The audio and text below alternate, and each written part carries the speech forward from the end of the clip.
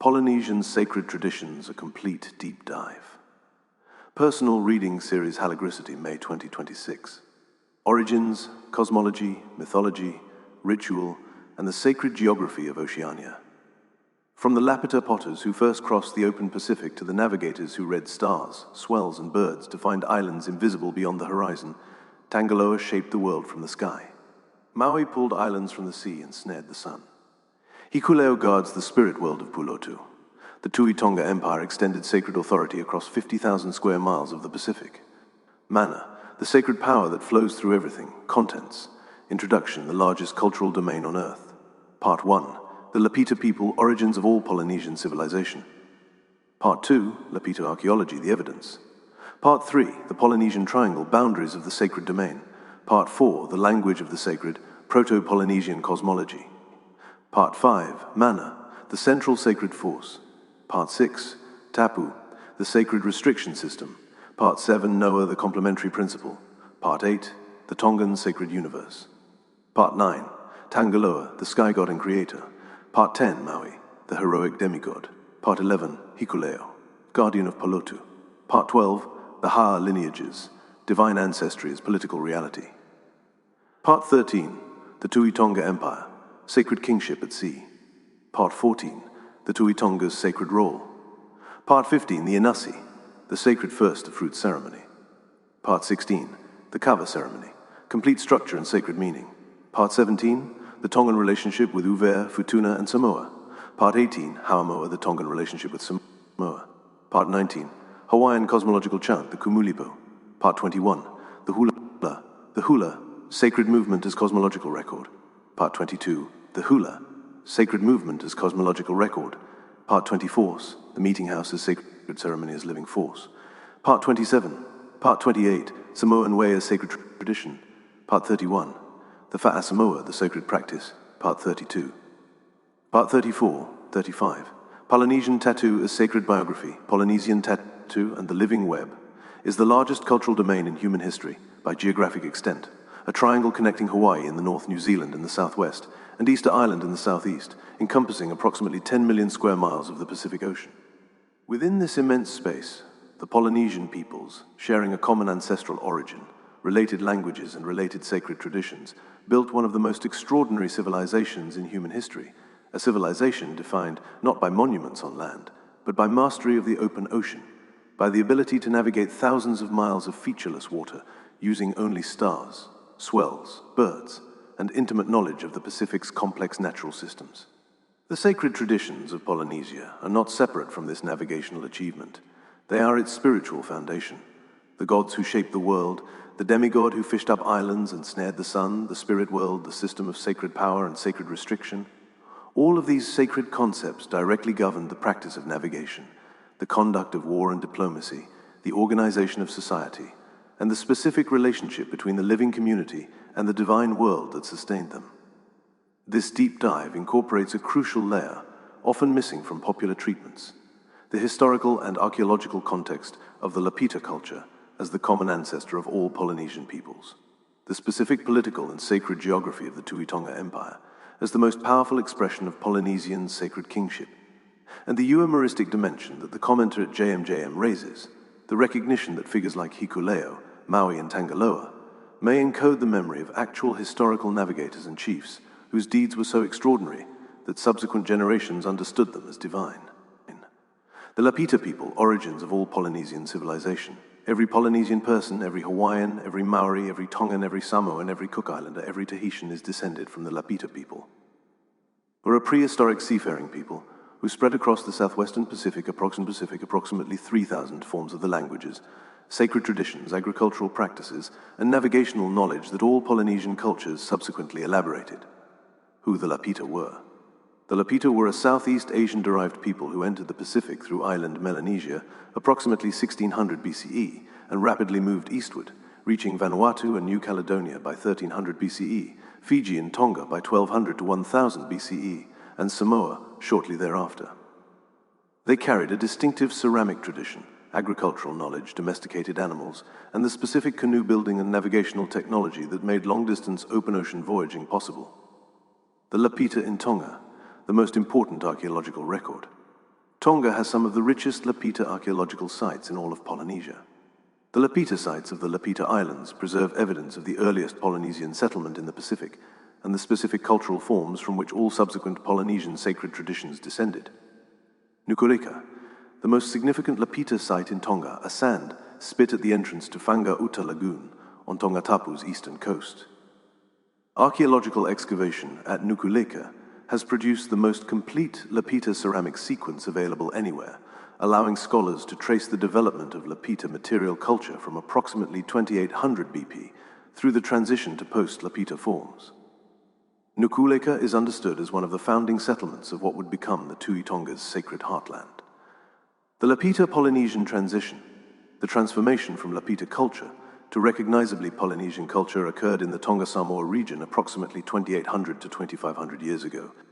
This transition involved the abandonment of pottery, the refinement of oceanic navigation technology, and the development of the specific social structures that characterize all Polynesian societies. Lapita archaeology reading the evidence. The Lapita archaeological record, the physical evidence from which our understanding of Polynesian origins is reconstructed, is one of the most important bodies of prehistoric evidence in the world. It provides the empirical foundation for understanding not only where Polynesians came from, but how the specific sacred institutions developed from their earliest forms. What Lapita archaeology tells us: the pottery, the Lapita's dentate stamped pottery, geometric designs applied to clay using a small comb-like tool before firing, is the most distinctive material signature of the culture. The face designs in the earliest Lapita pottery are particularly significant. They appear to represent the same facial patterns that characterized Polynesian tattooing, suggesting that the sacred tradition of tattoo as biographical record began with the Lapita. The long-distance exchange networks. Lapita sites of Pacific contain materials from distant sources, obsidian from volcanic islands hundreds of kilometers away, specific shell ornaments traded across the network.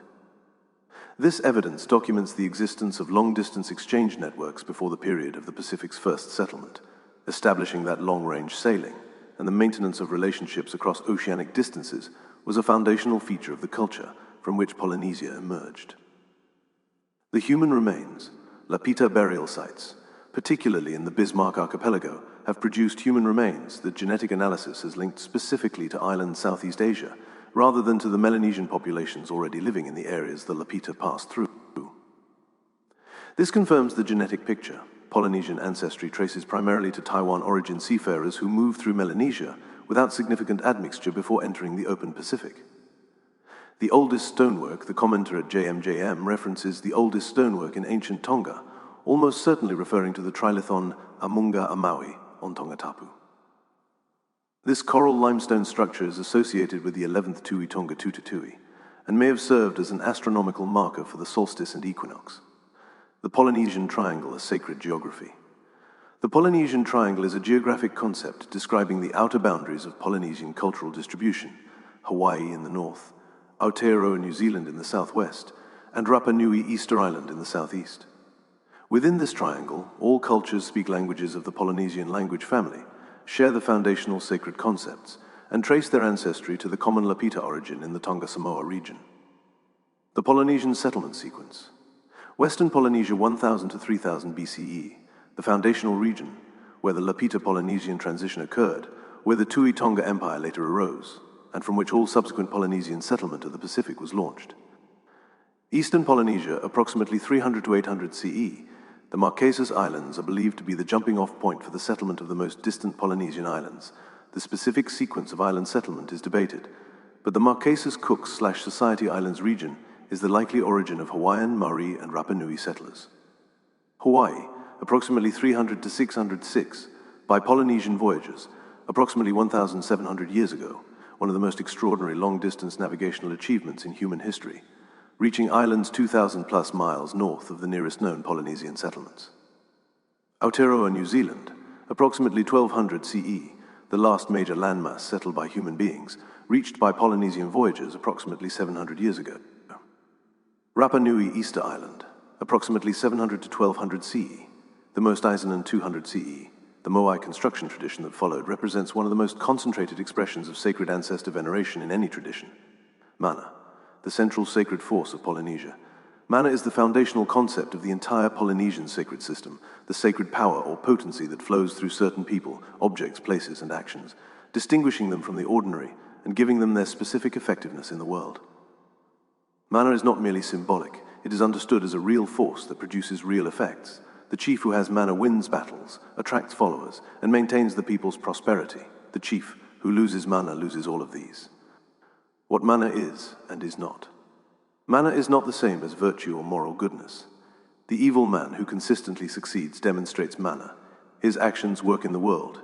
His power is real. Mana is also not static. It can be increased through successful action, and it can be diminished through failure, through violation of tapu, and through the specific actions of enemies.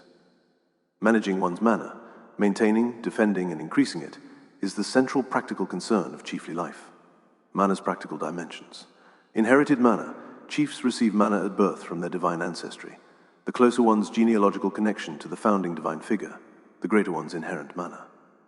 In Tonga, the Tu'i Tonga's mana was so extraordinary that his feet could not touch ordinary ground without sanctifying it, and his sister had even greater sacred status.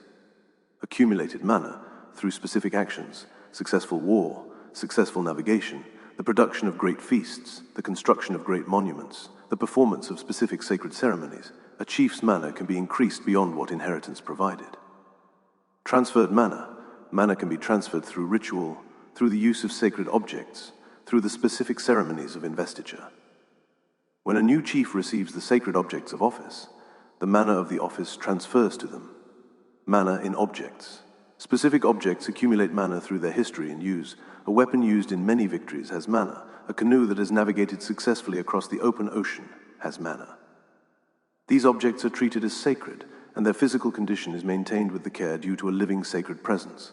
Mana, the sacred power that flows through certain people, places, and objects, making their actions effective in the world, is the Polynesian name for what every tradition in the Halagricity Library recognizes, that the sacred is not evenly distributed, that specific concentrations of sacred power in specific persons and specific objects are real and not merely symbolic, and that the practitioner's work is to recognize, respect, and properly relate to those concentrations.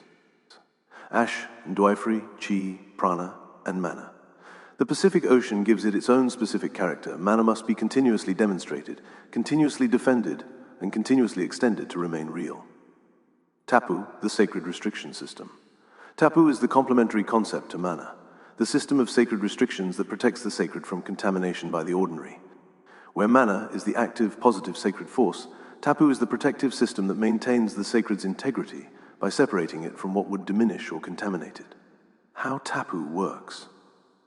A person, object, or place that is tapu is off-limits to ordinary contact, not because the thing is dangerous in itself, but because contact between the ordinary and the intensely sacred is dangerous for the ordinary person and potentially contaminating for the sacred. The chief's head, as the locus of his mana, was the most tapu part of his body. Touching a chief's head without specific ritual preparation was one of the most serious violations possible. Categories of tapu. Personal tapu, the restrictions surrounding specific individuals due to their sacred status. The Tu'i Tonga's person was so tapu that objects he touched became tapu and had to be specially handled or destroyed. Food he had handled could not be touched by others. His spittle was a concentrated form of sacred power. These restrictions were not merely ceremonial. They structured every aspect of the Tu'i Tonga's daily life. Seasonal tapu, restrictions placed on the use of specific foods, the performance of specific activities, or the use of specific resources during specific sacred periods. The restriction on eating new season crops before the Inazi is the most important example. The new food was tapu until the ceremony formally released it. Place tapu. The sacred platforms were places of concentrated tapu, areas where the sacred and the ordinary world were most directly in contact, and where the protective restrictions were most severe. Only specific people with specific ritual preparation could enter. Lifted tapu. The lifting of tapu through specific ceremony was a sacred act in its own right. The Inazi ceremony lifted the tapu on new crops. Specific funerary ceremonies lifted the tapu that surrounded the dead body. Specific rituals lifted the tapu that protected sacred spaces when they were being maintained. The Tongan Sacred Universe. The Heart of Polynesian Civilization, Part 9. Tangaloa, the sky god, creator and lord of the ocean. Tangaloa is the supreme deity of the Tongan and broader Western Polynesian cosmological framework. the sky god, the creator of the world, the lord of the sea, and the divine ancestor whose lineage the highest chiefs claim. Across all of Polynesia, the name and the concept vary in specific details but maintain the same essential character, the cosmic divine being from whom existence derives. Tangaloa's creative acts. In the Tongan cosmological tradition, Tangaloa existed before the world. He lived in the sky when below was only ocean. He sent a snipe down to the surface of the ocean, and where the bird landed and stirred the waters, land rose up. He then populated the land with the first people, giving them the specific social structures that Tongan society embodies. In some accounts, Tangaloa himself descended to the first island, and the Tongan chiefly lineages trace directly to him. Tangaloa across the Polynesian world. Tongan Tangaloa, the sky god, creator, lord of the ocean's surface, divine ancestor of the Tu'i Tonga lineage, the most sky of the three major Tongan deities. Samoan Tangaloa. In Samoan tradition, Tangaloa is even more emphatically the supreme creator. It is Tangaloa who created the islands of Samoa by throwing rocks into the sea, who created the first human beings from worms found in a vine, and who organized the cosmos into its present structure. The Samoan Fa'amatai system traces its sacred authority to Tangaloa, Maori Tangaroa. In Maori tradition, Tangaroa is specifically the god of the sea and fish, one of the major sons of Ranginui and Papatuanuku. His domain is the ocean and all marine life. Fishermen pray to Tangaroa before fishing. The sea's abundance or scarcity reflects Tangaroa's disposition toward the community. Hawaiian Kanaloa. In Hawaiian tradition, Kanaloa is primarily the god of the ocean and of the underworld, often paired with Cain, the two together governing the relationship between sky and sea, light and darkness. Kanaloa is also associated with healing and with the sacred awa ceremony. The euhemeristic reading, the commenter at JMJM's position, that the Ha Tangaloa were real historical Tongan navigators whose achievements were so extraordinary that subsequent generations understood them as divine, reflects a genuinely held traditional Tongan perspective. In this reading, Tangaloa names not merely a supernatural being, but a line of actual navigational ancestors whose geographic reach made them appear to later generations as sky beings who moved between worlds.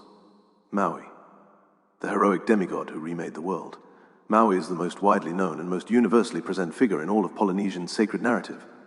Across every Polynesian culture, in Tonga Samoa, Hawaii, Aotearoa, Tahiti, the Marquesas, the Cooks, Maui appears as the trickster hero who transformed the conditions of human existence through a series of incretious exploits. Maui's major exploits. Fishing up the islands, Maui's most famous deed in many traditions, he used a magical fishhook to fish up the islands from the ocean floor. In Maori tradition, the North Island of New Zealand is Maui's fish, the island he pulled from the sea. In Hawaiian tradition, the Hawaiian Islands were fished up by Maui. In the Polynesian navigational tradition, this narrative may encode the memory of the actual discovery of previously unknown islands by successive generations of navigators, each new island fished up from the ocean's surface. Snaring the sun, Maui noticed that the sun moved too quickly across the sky, leaving insufficient daylight for the people's work. He waited for the sun's rising place, wove ropes from his sister Hina's hair, and lassoed the sun's rays as it rose. He beat the sun until it agreed to move more slowly across the sky, explaining why summer days are longer than they once were.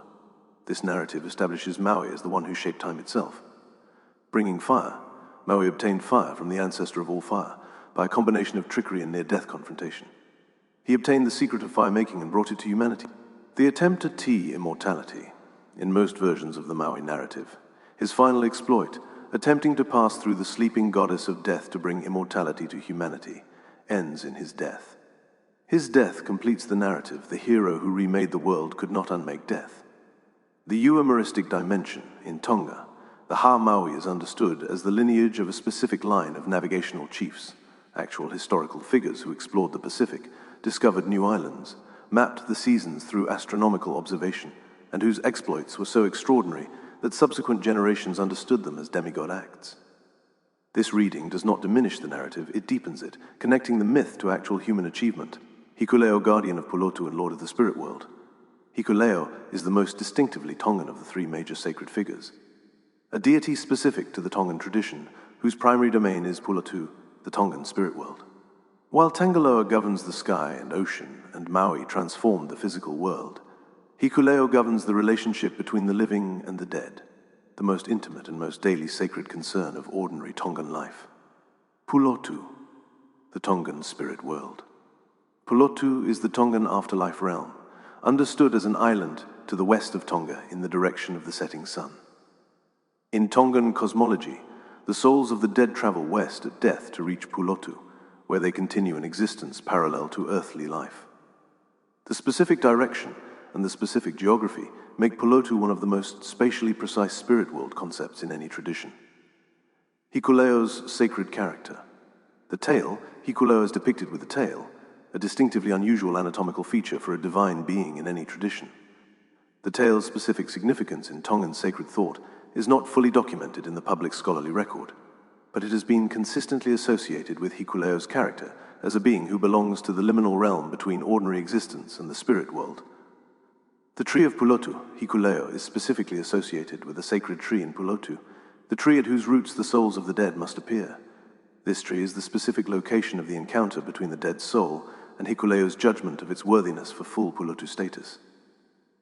The soul's journey, in traditional Tongan understanding, when a person dies, their soul departs the body and begins the journey westward toward Pulotu.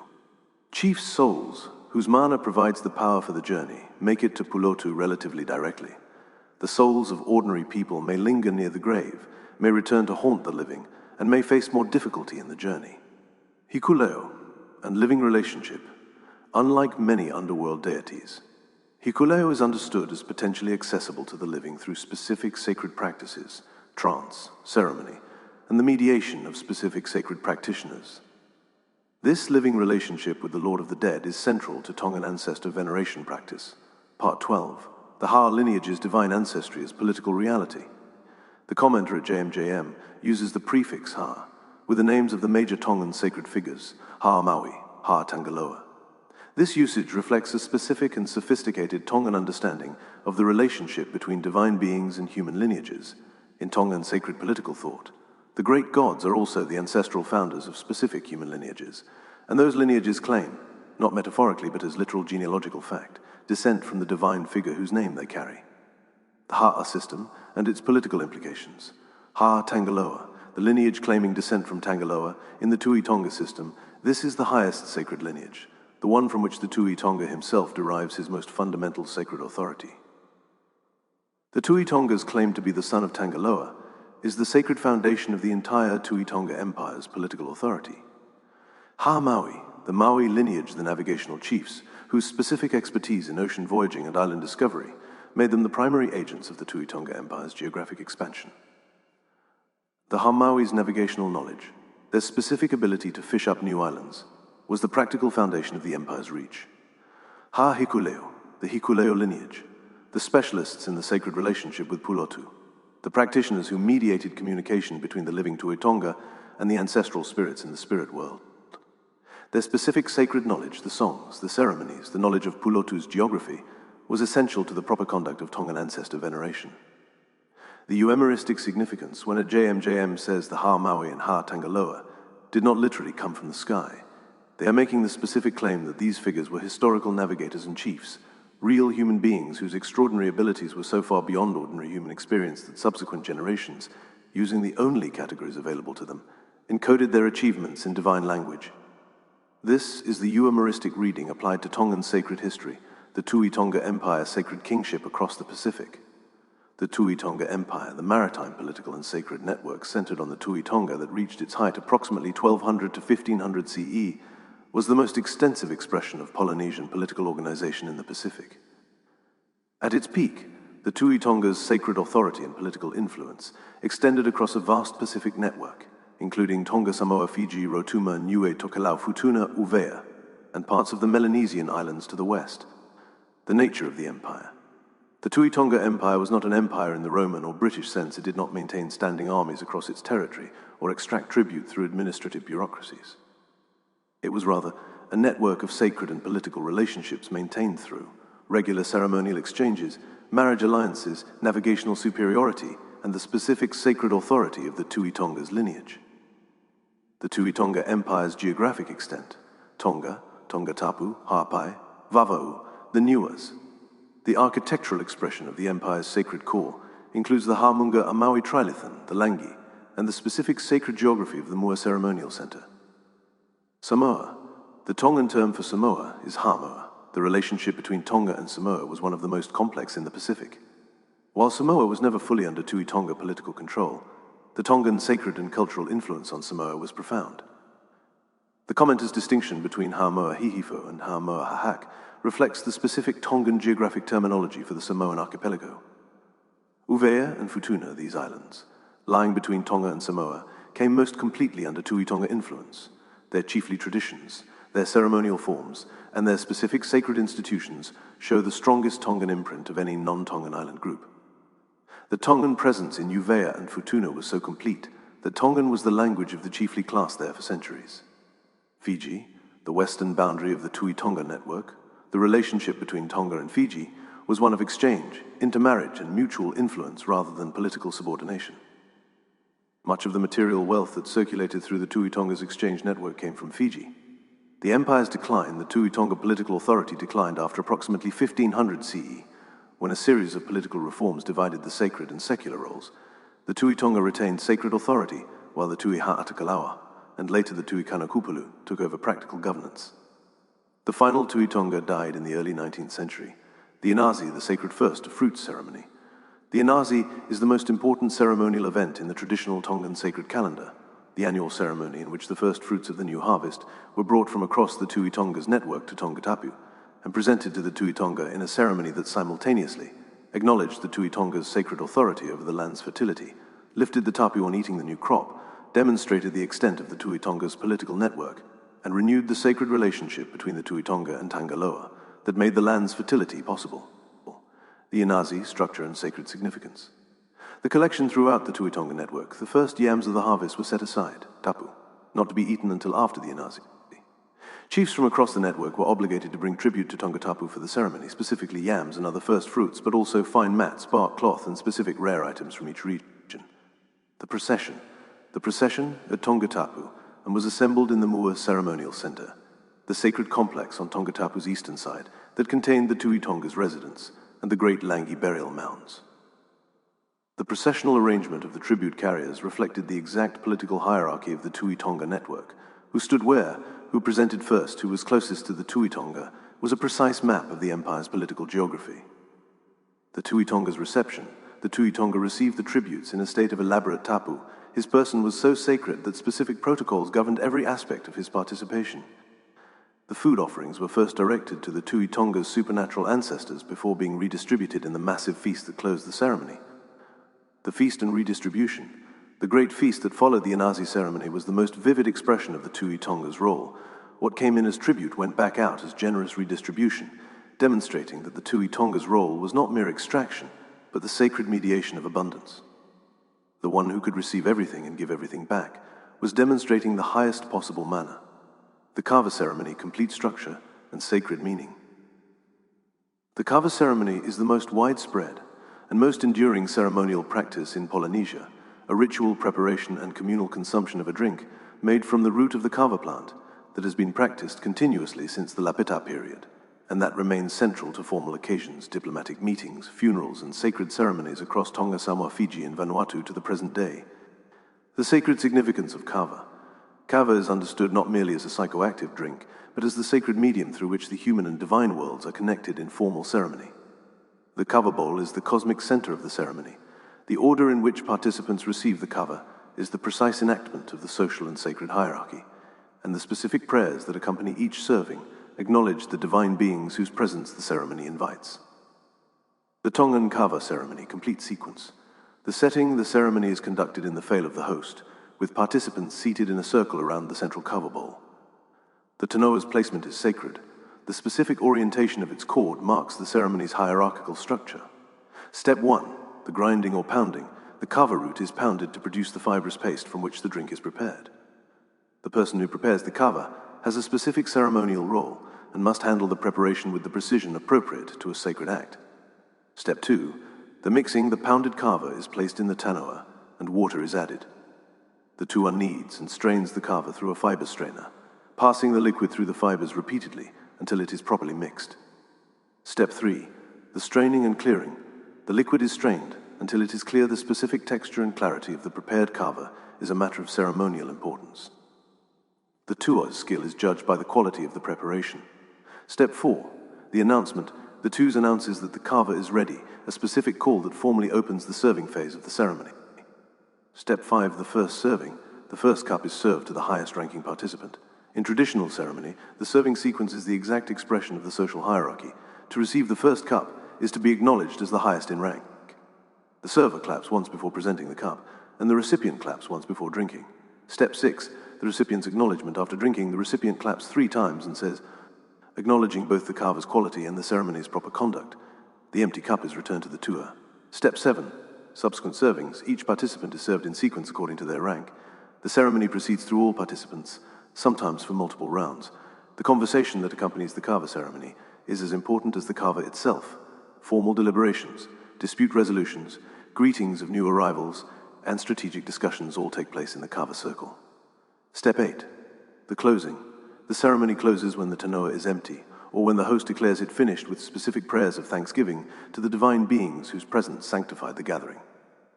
The sacred dimensions. Every element of the kava ceremony is simultaneously practical and sacred. The hierarchy expressed in the serving order is the visible map of the community's sacred order. The shared cup is the physical expression of the community's unity. The prayers that frame the ceremony connect the gathering to the divine world that gives the community its sacred legitimacy. The Tongan relationship with Uvea, Futuna, and Samoa, the geographic sacred network. The commenter at JMJM's specific references to Futuna, Uvea, and Hamoa are references to the specific geography of the Tu'i Tonga's sphere of influence. Islands that participated in the Tu'i Tonga's sacred exchange network, and that, to varying degrees, came under the Tu'i Tonga's political authority or cultural influence. Uvea and Futuna. Uvea, the island now called Wallis Island, in the Polynesian name used by its inhabitants and by Tonga. Uvea's relationship with the Tu'i Tonga was among the most intimate of any island outside Tonga proper. The Uvean chiefly structure, ceremonial forms, and language show profound Tongan influence. The specific forms of kava ceremony, the specific sacred titles, and the specific ceremonial architecture all reflect the Tu'i Tonga network's deepest penetration outside Tonga. Futuna, the neighboring island to Uvea, also part of the Wallis and Futuna collectivity. Futuna maintained somewhat more independence from Tonga than Uvea did, and its sacred traditions reflect a more complex layering of Tongan influence over an older substrate. The Futunian language and sacred vocabulary show both Tongan and Samoan influences, reflecting the island's geographic position between the 2 major centers of Western Polynesian culture. The contemporary situation. The islands of Uvea and Futuna today are French-administered overseas collectivities with predominantly Polynesian populations maintaining strong connections to both their Tongan-influenced traditions and the Catholic Christianity that arrived in the early 19th century. The kava ceremony, the traditional chiefly structures, and specific aspects of the sacred knowledge tradition persist alongside Catholic practice in the specific syncretism that characterizes many Pacific Island communities. Ha'amoa, the Tongan relationship with Samoa, Hihifo, and Hahak. The Tongan word for Samoa is Ha'amoa, Ha'amoa Hihifo, and Ha'amoa Hahak. The @JMJM commenters claim that Hihifo and Hahak in Samoa were all parts of the ancient Tongan Empire, reflects a specific debate in Pacific historiography about the nature and extent of Tu'i Tonga influence in Samoa. What the historical record shows. The relationship between Tonga and Samoa in the period of the Tu'i Tonga Empire's height was real and significant, but its character is debated. Tongan sources claim broad political authority over Samoa. Samoan oral tradition is more ambivalent, acknowledging Tongan cultural influence while emphasizing Samoan political independence. What is not debated? The 2 cultures were in intensive contact. The exchange of material goods and personnel was continuous, and the specific forms of Samoan sacred and political culture bear the imprint of Tongan influence. Tongan influence on Samoan culture. The Malitoa lineage, the founding narrative of the Samoan Malitoa title, involves a Samoan victory over a Tongan invasion force, suggesting that Tongan military pressure was real enough to require a significant military response, and that the successful resistance to that pressure became the founding narrative of one of Samoa's most important chiefly titles. Linguistic exchange. The Tongan and Samoan languages are closely related but distinct. Significant vocabulary transfer occurred in both directions. Samoan political and ceremonial vocabulary shows Tongan influence. Tongan material culture terminology shows Samoan influence. The kava connection. The specific form of the kava ceremony practiced in Samoa shows close parallels to the Tongan kava ceremony, reflecting either shared Lapita heritage or the specific transmission of ceremonial form through the Tu'i Tonga network, or both. The Wha Samoa resistance. The Wha Samoa is emphatically distinct from Tongan Whakatonga. Samoans have consistently maintained their cultural distinctiveness from Tonga, and any description of Samoa as a mere appendage of the Tu'i Tonga Empire is rejected by Samoan oral tradition and by most scholarly assessments of the evidence. Hawaiian sacred traditions. The northern apex of the Polynesian Triangle. Part 19. Hawaiian sacred traditions overview and context. The Hawaiian Islands, the northernmost apex of the Polynesian Triangle, were settled approximately 1,500 to 1,700 years ago by voyagers from eastern Polynesia who carried with them the sacred traditions of their homeland and adapted them to a new environment. Islands of extraordinary ecological richness, dramatic volcanic landscapes, and an isolation so complete that a distinctively Hawaiian culture developed with minimal outside contact for many centuries. The Hawaiian Kapu system. The Hawaiian Kapu system was the most elaborately developed in all of Polynesia, governing every aspect of daily life, from who could eat, with whom, to the specific sacred protocols governing the ali'i, to the specific conduct required during religious ceremonies. The Kapu system was both the expression of the sacred hierarchy and the mechanism through which that hierarchy maintained itself. The four major Hawaiian deities. Cain, the god of light, fresh water, and the natural world, the most benevolent of the major deities and the one most concerned with human welfare. Cain created the first human being from red earth. Cain's relationship to fresh water made him essential in a volcanic island environment where fresh water was precious. Kanaloa, the god of the ocean and the underworld, Cain's complement and frequent companion. The Hawaiian Kanaloa is the direct descendant of the Tongan Samoan Tangaloa, though his specific character in Hawaii emphasizes the ocean's depths and the underworld more than the sky-creative dimension of his Tongan counterpart. Ku, the god of war, political power and masculine strength. Ku was the primary deity of the Hawaiian warrior chiefs. His feather idol was carried into battle as the chief's most sacred implement of war. Human sacrifice was offered to Ku during certain war ceremonies. Rain and the Makahiki season. Lono's circular tour of the Hawaiian Islands each year was one of the most important sacred calendar events in Hawaiian life.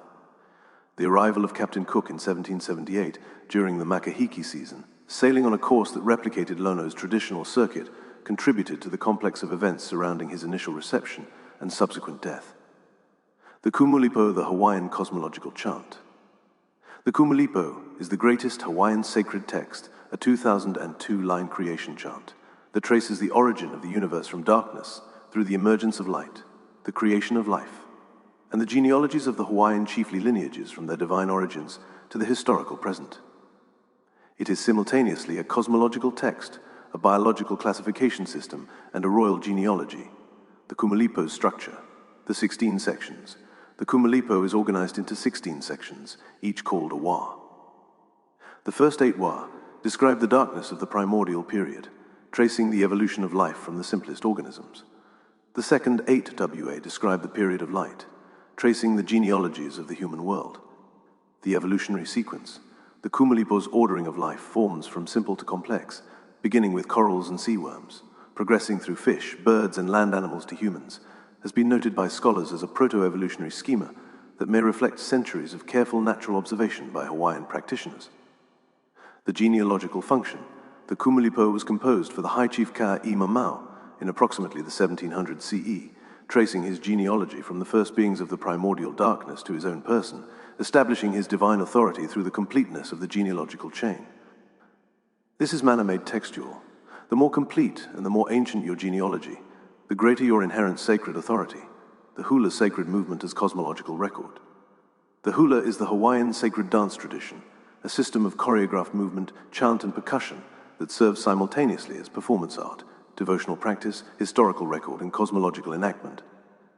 In its traditional form, every movement is meaningful. Specific hand gestures describe specific landscapes, specific deities, specific historical events, and specific sacred concepts. The hula as memory technology. Before writing, hula was the primary technology for preserving and transmitting the most important knowledge of Hawaiian culture, the genealogies of the chiefs, the sacred narratives of the deities, the natural history of the islands, and the historical events that shaped the community. To lose the hula was to lose the record. The suppression of hula by early Christian missionaries was therefore not merely the loss of an art form, it was the attempted erasure of the Hawaiian cultural memory system. Maori sacred traditions. Aotearoa, the long white cloud. Part 23. The Maori creation narrative, the separation of sky and earth. The Maori creation narrative is one of the most philosophically sophisticated in the Pacific, a cosmogonic drama that begins in the absolute darkness and compression of Ranginui and Papatuanuku, locked in tight embrace, from which their children long to escape, and whose eventual separation into the sky and earth creates the conditions for life, light, and the present world.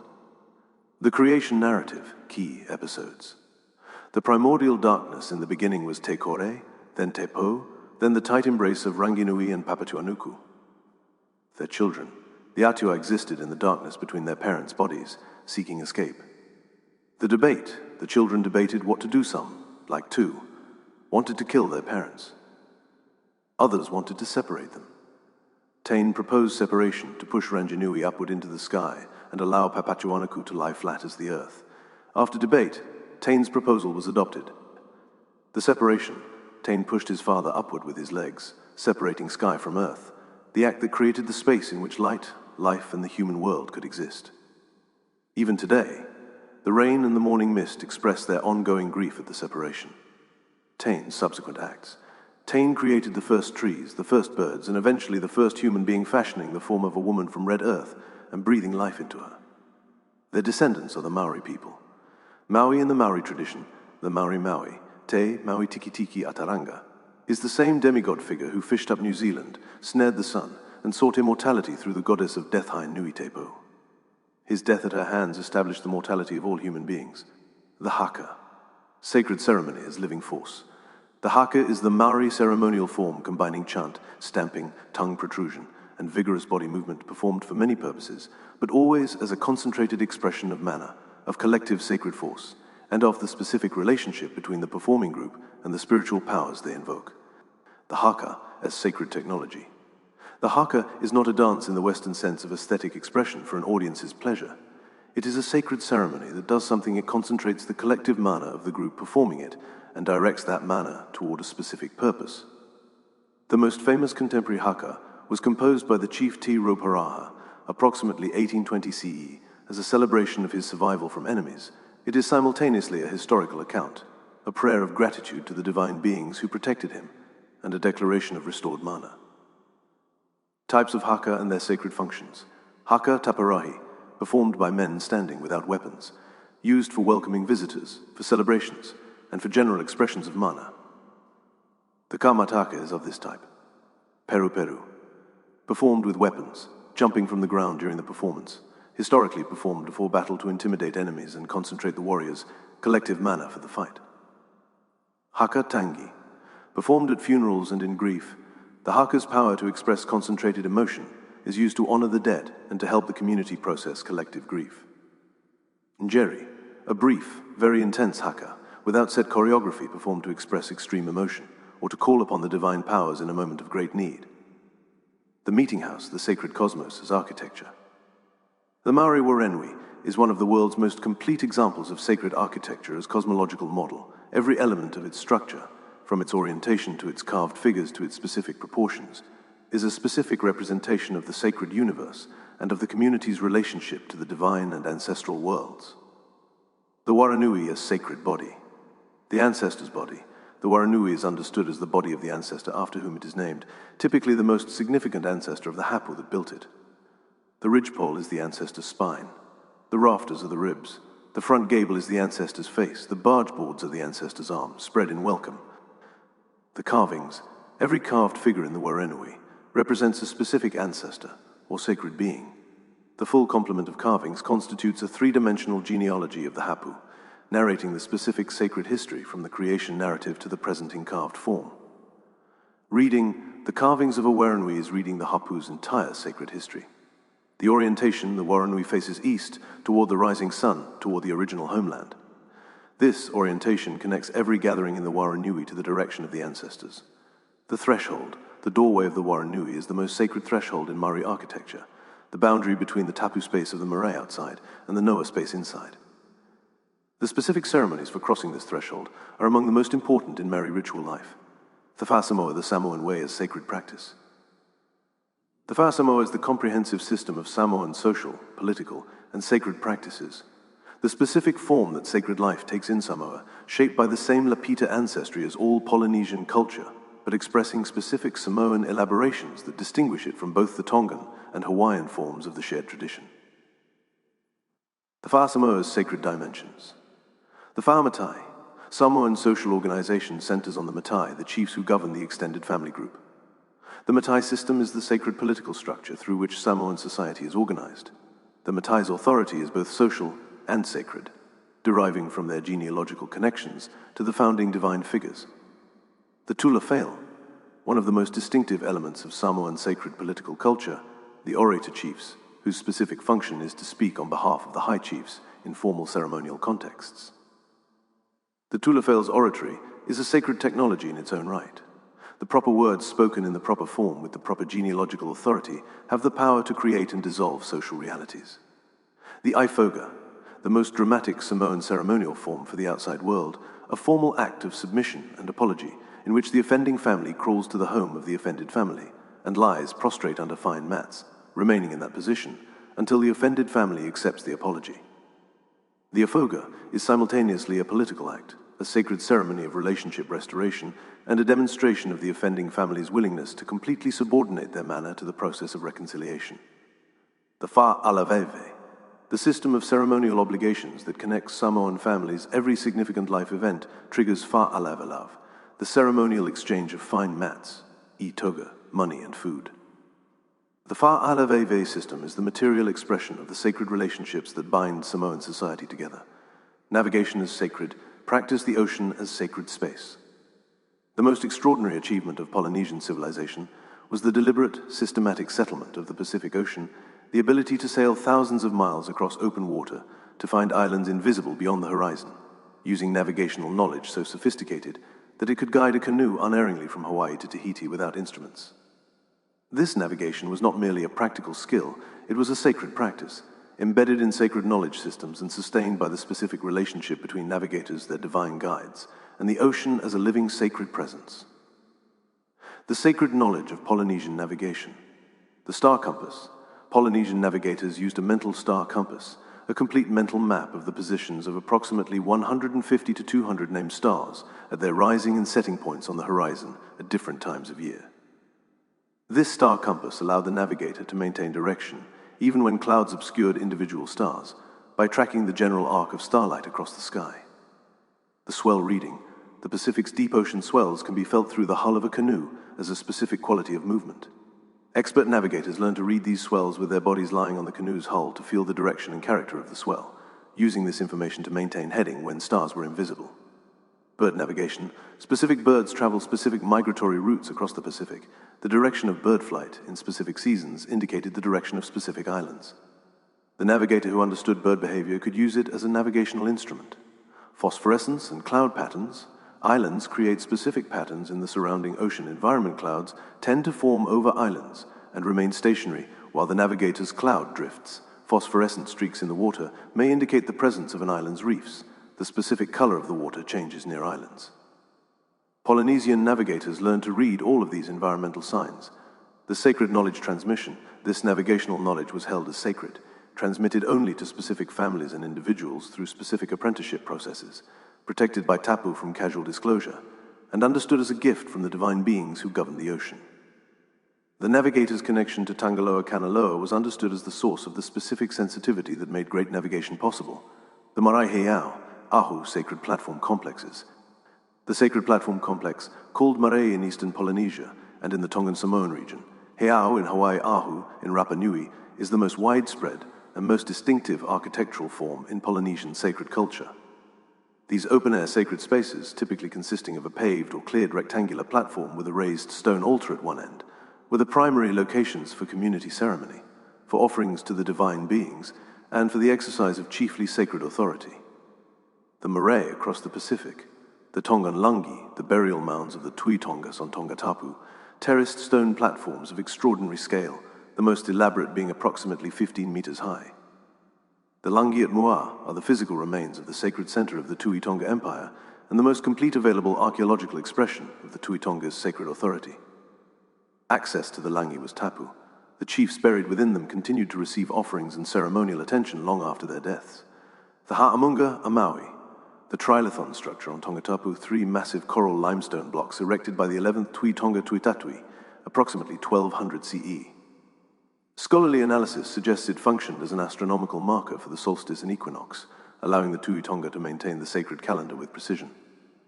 The commenter, JMJM, identifies this as the oldest stonework in ancient Tonga. Hawaiian heiau. The Hawaiian sacred platforms range from small family heiau to the great Luakini heiau, enormous stone platforms that required the organized labor of entire districts to construct. The Palanehale heiau in Maui, Hawaii's largest, covers approximately 3 acres. Maori Marae, the Maori Marae complex, includes the open gathering space, the Waranui, the Pataka, and the specific sacred spaces associated with the community's ancestors. The Marae is the physical center of Maori community identity, Rangawaiwai, in Maori understanding. Rapa Nui Ahu, the platforms from which the famous Moai rise the Ahu, are the sacred platforms of Rapa Nui's ancestor veneration tradition, with the Moai representing specific deified ancestors, whose backs face inland and eyes face seaward. Polynesian tattoo, sacred biography written on the body. Polynesian tattoo is one of the most complete and most sophisticated systems of body as sacred text in any culture, a practice that, like the Muila Nontombi, uses the body as the primary medium for recording sacred biographical and genealogical information, and that involves both remarkable artistic achievement and profound sacred significance. Tattoo across Polynesia. Samoan pea and malu, the pea and malu, are the most significant expressions of Samoan tattoo tradition. The pea, which covers the body from the waist to the knees in complex geometric patterns, is one of the most demanding tattoo traditions in the world, requiring multiple sessions over weeks, intense physical pain, and the sustained support of the recipient's family throughout the process. Completing the PA is the most important rite of passage for a Samoan man. Leaving it incomplete is deeply shameful. The specific designs of the PA encode the recipient's genealogy and sacred history. Maori Moko, the Maori facial tattoo, tamoko, is perhaps the most recognizable Polynesian tattoo form outside Polynesia.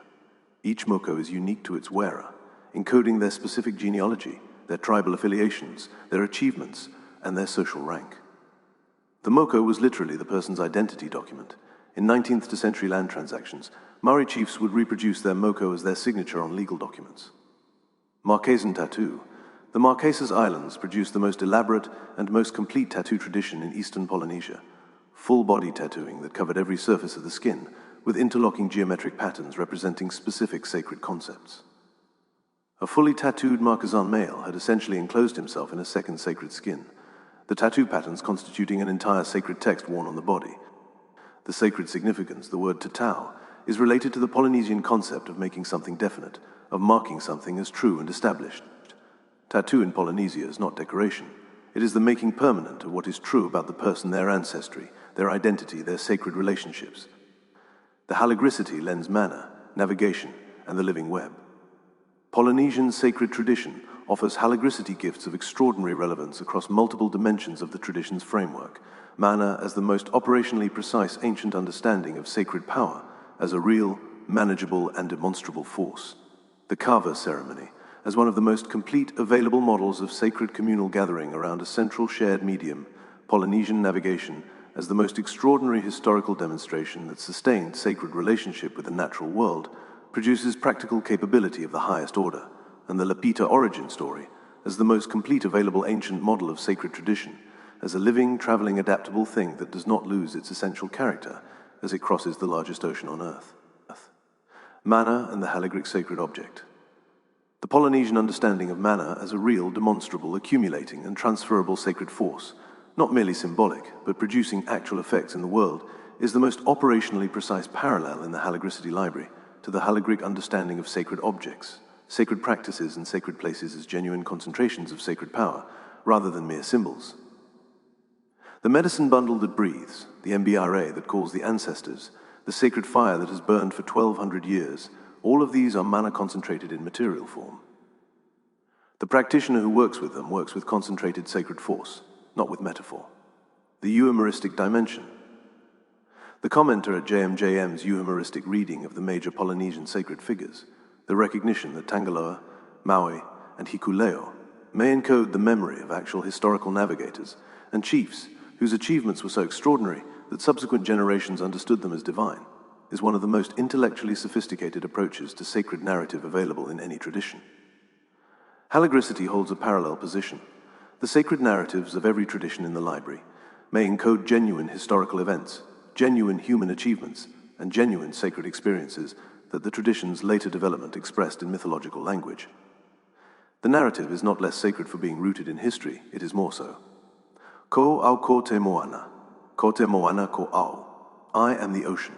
The ocean is me. Traditional Polynesian identification with the sacred ocean. The Lapita people sailed east 3,400 years ago and did not stop. They carried their pottery, their pigs, their sacred traditions, and their navigational knowledge across the largest ocean on Earth, stopping at every island they found and moving on to find the next one. Their descendants are in Hawaii, in Aotearoa, in Rapa Nui, in Tonga, in Samoa, in the Marquesas, on every inhabited island in the Pacific Triangle. The manna they accumulated across those centuries of extraordinary achievement is still alive in their descendants' sacred traditions. It does not diminish with distance. It concentrates, grand rising. Personal reading series or Holgricity or 1Q productions or may.